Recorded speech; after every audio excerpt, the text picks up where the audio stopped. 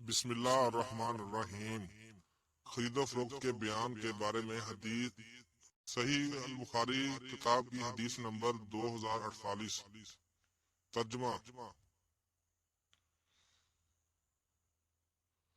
عبدالعزیز بن عبداللہ ابراہیم بن سعد اپنے والد سے اور وہ ان کے دادا سے روایت کرتے ہیں۔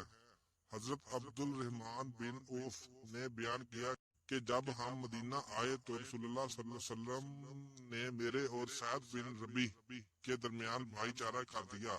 سعد بن ربی نے کہا، میں انصار میں زیادہ مالدار ہوں، اس لیے میں اپنا آدھا مال تجھ کو دیتا ہوں، اور دیکھ لو میری جو بیوی تمہیں پسند آئے میں اس کو تمہارے لیے چھوڑ دوں۔ جب وہ عدت سے فارغ ہو جائے تو تم اس سے نکاح کر لو۔